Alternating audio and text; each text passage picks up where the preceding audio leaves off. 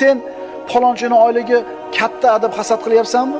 Seni ozgina olayotgan maoshing ham ishsiz odam uchun katta mablag'. Sen palonchi uyini kattaligini ko'rib turib hasad qilyapsanmi? Seni kichkinagina uying ham uysiz odamga koshona hangoma. Boshqalarning ishini yengilligini hasad qilyapsanmi? Ishsiz yurgan odamga seni qilayotgan og'ir ishing ham ne'mat, boylik. Birovni pulini ko'pligini hasad qilyapsanmi? Seni to'plab qo'ygan ozgina javg'armang ham qarzga botib ketgan odam uchun katta boylik. Dasturxonni palonchini to'kin sochin deb uni dasturxoniga hasad qilyapsanmi? Seni faqirona dasturxoningchi yurtida urush bo'layotgan och insonning orzusi. Birovga hasad qilmaslik uchun dunyo matohida o'zingdan balandlarga emas, o'zingdan holi xaroblarga qaragan. Ma'qulmi?